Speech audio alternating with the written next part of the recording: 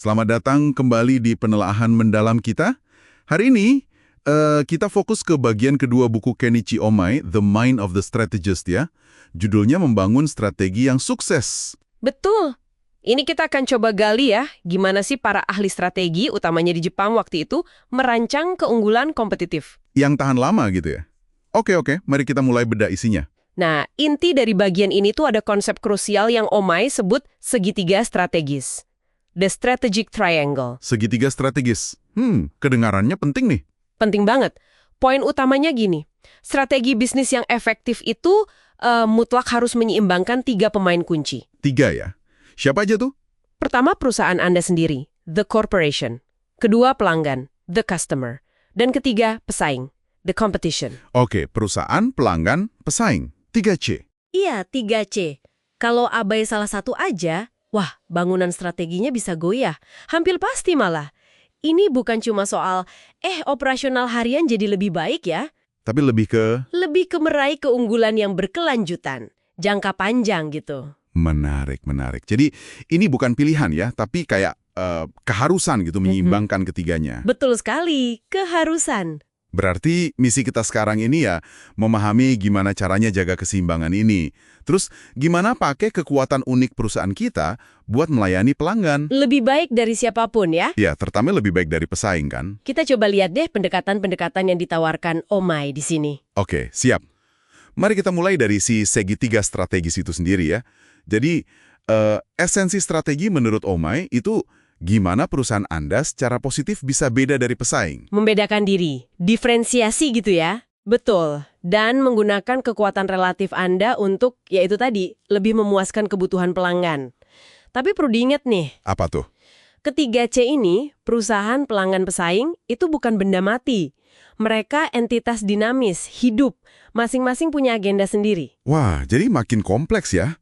Terus, gimana cara praktisnya menerapkan ini? Omai ada yang nyinggung soal unit perencanaan strategis kan? Strategic Planning Unit. Iya, betul. Itu penting banget tuh. Harus ditentukan di level yang tepat. Kenapa harus di level yang tepat? Apa pengaruhnya? Supaya Anda bisa lihat pasar secara utuh, bisa mengerahkan semua fungsi perusahaan kalau memang perlu, dan paham semua dimensi pesaing. Contohnya ada nggak? Ada.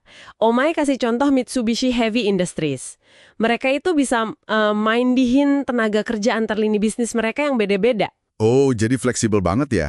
Iya, fleksibilitas yang mungkin nggak dimiliki pesaing yang katakanlah lebih kaku strukturnya. Ini soal lihat gambaran besar dan punya kelincahan gitu. Oke, paham. Jadi pentingnya keseimbangan, lingkup pandang yang pas. Nah, terus gimana soal fokus ke pelanggan? Katanya segmentasinya harus cerdas. Iya, ini menarik.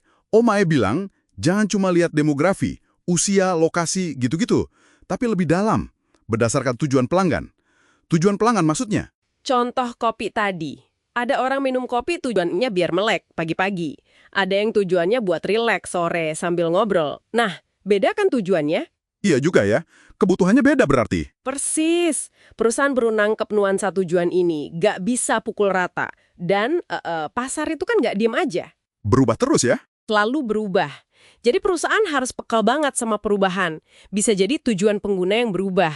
Dulu pengen mobil kenceng, sekarang pengen yang irit BBM misalnya. Bisa juga komposisi penggunanya ya? Nah, itu dia. Contohnya tadi, produsen truk besar bisa aja kehilangan pasar kalau ternyata segmen pemilik truk tunggal yang mungkin bukan fokus mereka malah tumbuh pesat. Waduh, bahaya juga ya kalau nggak peka. Makanya, fokusnya harus selalu balik lagi ke kepentingan pelanggan. Selalu itu. Oke, berarti setelah paham pelanggan luar dalam, langkah selanjutnya lihat ke dalam perusahaan sendiri ya. Gimana kekuatan internal bisa jadi sumber strategi? Betul, masuk ke strategi berbasis perusahaan. Kuncinya, ya identifikasi dulu. Terus maksimalkan kekuatan internal kita di fungsi-fungsi yang paling krusial. Fungsi krusial ini beda-beda ya tiap industri? Beda-beda banget. Mungkin di satu industri itu kemampuan dapat bahan baku unik, kayak uranium tadi. Di industri lain mungkin jangkauan produk komponen yang luas. Nah, di sini kan ada yang disebut rahasia Jepang gitu ya. Cara mereka mengurutkan pengembangan kompetensi. Iya, itu menarik sih. Banyak perusahaan Jepang sukses menurut Omae karena pinter ngurutin. Misalnya, fokus dulu benerin teknologi produksi. Abis itu quality control diperketat. Baru setelah itu R&D dan pemasaran gitu. Iya, kurang lebih gitu. Jadi sumber daya difokuskan dulu ke satu fungsi kunci sampai kuat, baru konsolidasi fungsi yang lain. Tapi itu masih relevan nggak ya di zaman sekarang yang serba cepat dan disrupsi gini? Itu pertanyaan bagus banget. Dan Omae sebenarnya juga menekankan fleksibilitas itu kunci. Dia kasih contoh Fujitsu. Yang soal make or buy itu ya? Iya, mereka strategis banget memutuskan kapan bikin komponen sendiri, kapan lebih baik beli dari luar. Itu respons terhadap biaya tenaga kerja kan? Ada contoh lain soal fleksibilitas ini? Casio, mereka bisa mempercepat siklus hidup produk karena lincah di desain dan pemasaran. Beda banget sama pesaingnya yang mungkin terintegrasi vertikal, jadi agak kaku. Oh, yang menguasai dari hulu ke hilir itu ya? Betul. Atau bisa juga, berbagi sumber daya antar unit bisnis. Kayak tim penjualan GE yang dipakai bareng-bareng biar efisien. Banyak caranya. Oke. Jadi kita udah bahas pelanggan, terus kekuatan internal. Tapi kan di pasar kita nggak sendirian, ada pesaing. Gimana Omahe menyarankan kita hadapi mereka? Nah, ini masuk ke strategi berbasis pesaing. Intinya satu kata, diferensiasi. Tampil beda. Caranya gimana tuh biar bisa beda? Bisa lewat citra merek. Kayak Sony atau Honda kan kuat banget citranya. Walaupun Omeha juga ingetin, ada risiko terlena sama citra. Kayak kasus Miken katanya. Risikonya apa kalau terlena? Ya jadi nggak inovatif lagi, merasa udah di atas angin. Atau cara diferensiasi yang lebih kokoh, lewat kekuatan fungsionalnya nyata. Contohnya? Layanan purna jual forklift Toyota. Itu katanya superior banget dibanding pesaingnya. Itu kan kekuatan fungsional nyata, bukan cuma citra. Oke.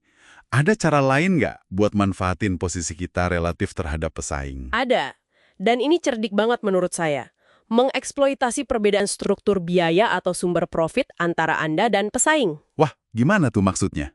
Misalnya gini, kalau profit utama Anda datang dari servis atau layanan purna jual, sementara pesaing Anda untungnya dari jualan unit baru, Terus? Anda mungkin bisa aja turunin harga unit baru Anda, agak bakar uang di depan, tapi tujuannya rebut pangsa pasar.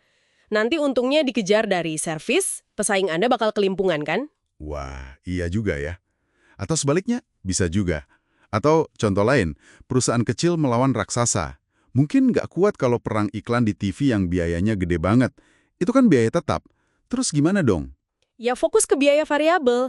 Misalnya bikin kemasan produk yang super menarik, unik, elegan, itu kan biayanya ngikutin jumlah produksi. Jadi lebih terkendali buat perusahaan kecil. Cerdik. Oke, terakhir nih. Omai bahas strategi korporat.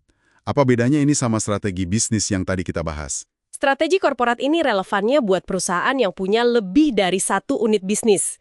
Multi-bisnis gitu. Kayak konglomerat gitu. Nah, Omai beda ini. Ada konglomerat yang fokusnya seringkali cuma finansial aja. Angka setoran dari tiap unit bisnis ke induk. Terus ada tipe apa lagi?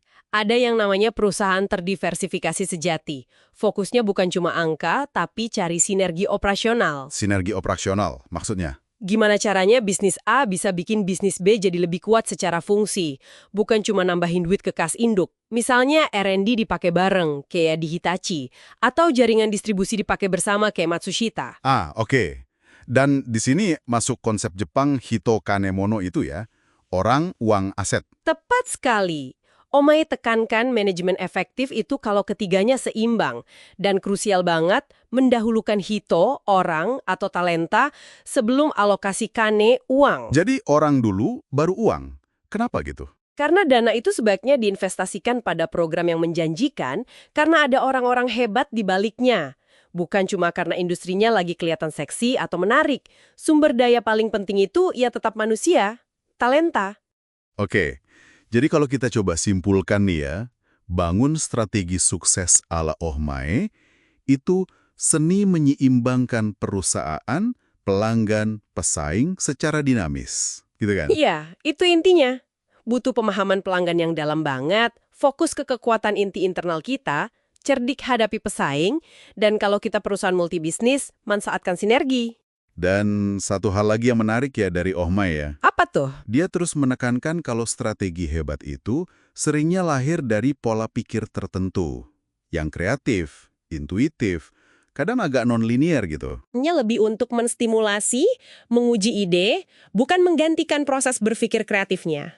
Nah, ini nih yang bawa kita ke satu pertanyaan penutup buat Anda para pendengar renungkan. Di tengah budaya korporat sekarang yang sering banget sangat mengandalkan analisis data proses perencanaan formal, Yang kadang bisa jadi kaku ya. ya bisa jadi kaku. Pertanyaannya, gimana caranya Anda bisa secara sadar menumbuhkan dan menjaga pola pikir strategis yang kreatif dan intuitif ala Omae ini dalam pekerjaan Anda sehari-hari? Pertanyaan yang bagus buat direnungkan. Sesuatu untuk dipikirkan lebih lanjut ya. Sampai jumpa di penelaahan kita berikutnya.